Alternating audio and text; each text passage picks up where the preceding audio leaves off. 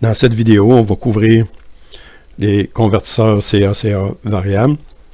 Ça comprend les gradateurs monophasés et triphasés et les relais statiques. Donc les gradateurs, on a une source alternative de tension fixe à l'entrée et à la sortie, on a une source alternative de tension variable qu'on peut ajuster. Les cycloconvertisseurs, on a une source alternative en entrée de fréquence fixe et en sortie, on a une source alternative à fréquence inférieure.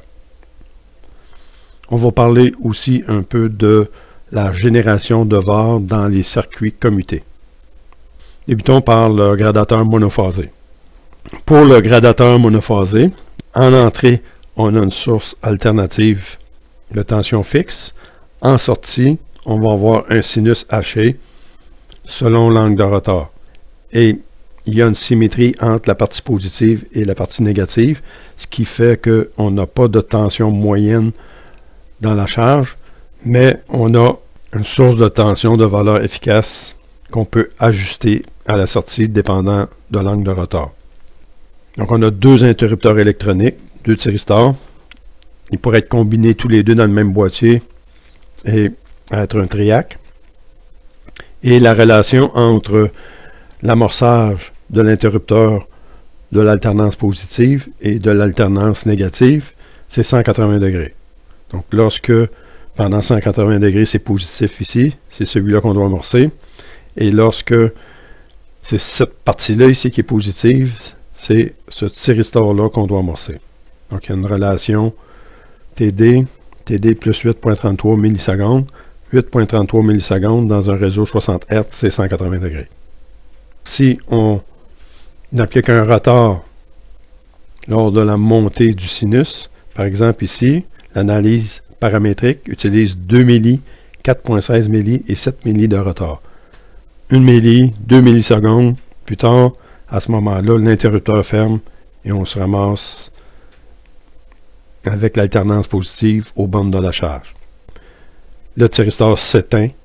Par la suite, la tension est positive de ce côté-là, par en dessous. Donc ça ne conduit pas jusqu'à temps que 2 millisecondes plus tard, le thyristor soit amorcé.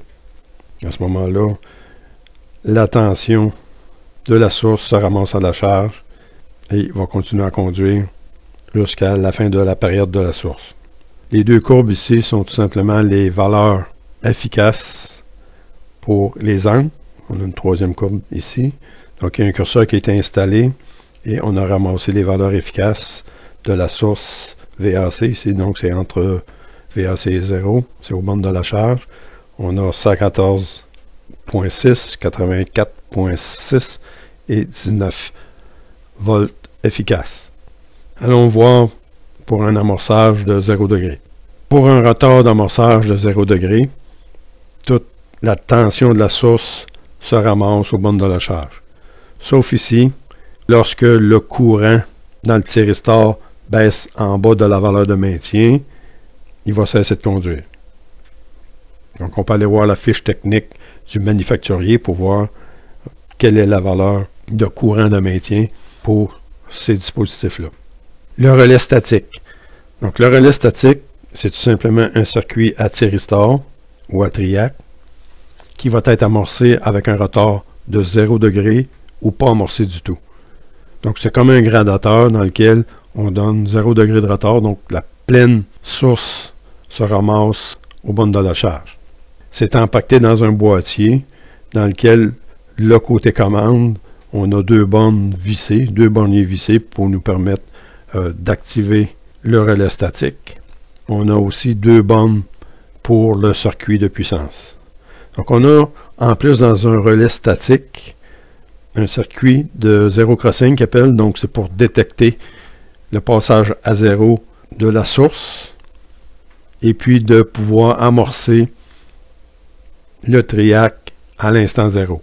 Donc c'est comme un gradateur qui peut être amorcé avec 0 degré de rotor.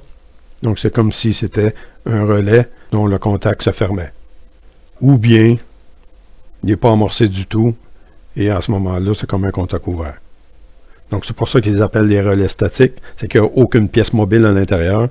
C'est plus fiable.